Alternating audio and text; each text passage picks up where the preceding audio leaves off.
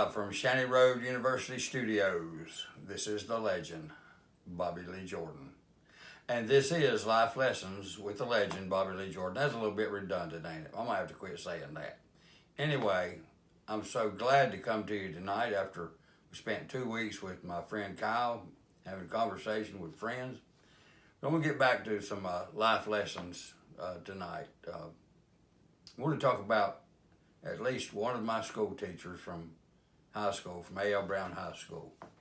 I was told, and I'll tell you more about this later, that was the best high school in North Carolina. And I had nothing to compare it to, so I ate all that stuff up. Anyway, it was a fine education, I thought, that I got. And the rest of the folks that was going to school during that time. I want to talk a little bit about Mr. Dan Boone. I had him for 2 different classes, 2 years, and I was just so impressed by Dan Boone.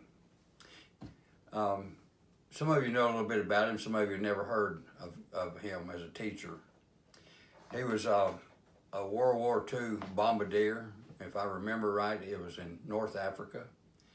He'd be teaching the class, and occasionally he would kind of lean on the podium and he would say, when I was in North Africa, or I was a bombardier, I would know then I could close my book because that day's English lesson or civics lesson, whatever it was we were studying, was done. He would tell the most interesting, fascinating stories, and I just loved it. But the thing he said that impressed me the most was this. He said, your education will continue the rest of your life. When you get out of school, continue to read newspapers, magazines, Reader's Digest, anything like that, so that you stay informed about what's going on in this world. And can you imagine how many changes there have been since 1971 when we graduated?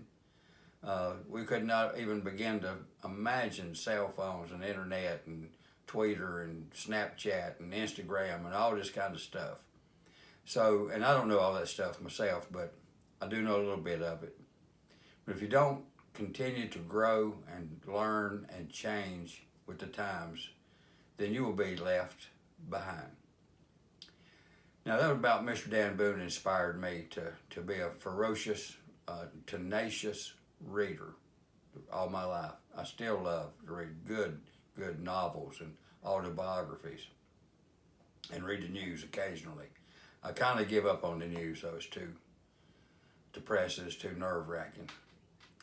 I had another teacher that I'd like to mention, and that was Mama Gray, Miss Gray, senior English. I was so intimidated by her, by the legend of Mama Gray.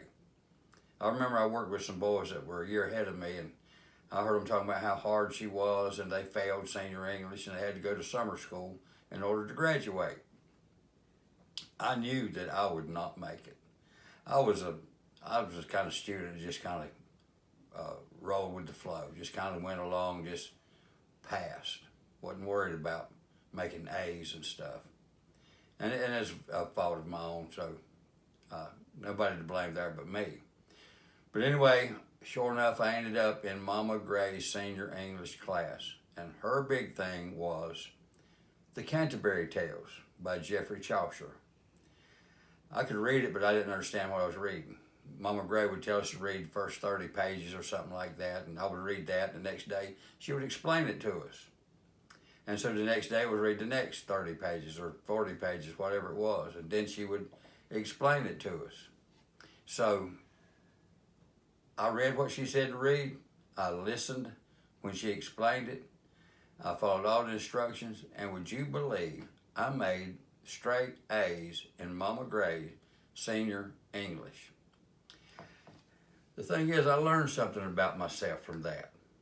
I learned that if I put forth a little bit of effort, if I tried a little harder, pushed myself just a little bit, I could do anything. So that gave me, through life, a lot of self-confidence and other ventures I've taken on, learning new jobs. All through the military, we always learning stuff, and then jobs you get trained on from time to time. new skills, new experiences. I had to learn 3 cost accounting systems in 3 years one time back when I was in textiles. So I owe a great debt to Mr. Dan Boone and Miss Mama Gray. I don't know what her first name was, Miss Gray. Great, great lady that had me scared to death, but I probably learned more from those two than all the rest of them combined. And I thank you for that, Dan Boone, Mama Gray. I'm sure that they're both going on to their reward now, but I couldn't thank them enough. I wish I had taken the time years ago. Anyway, the important thing is you can do it if you will put forth the effort. Does anybody have any questions? No questions? Good. Until I see you again, act like you got some sense.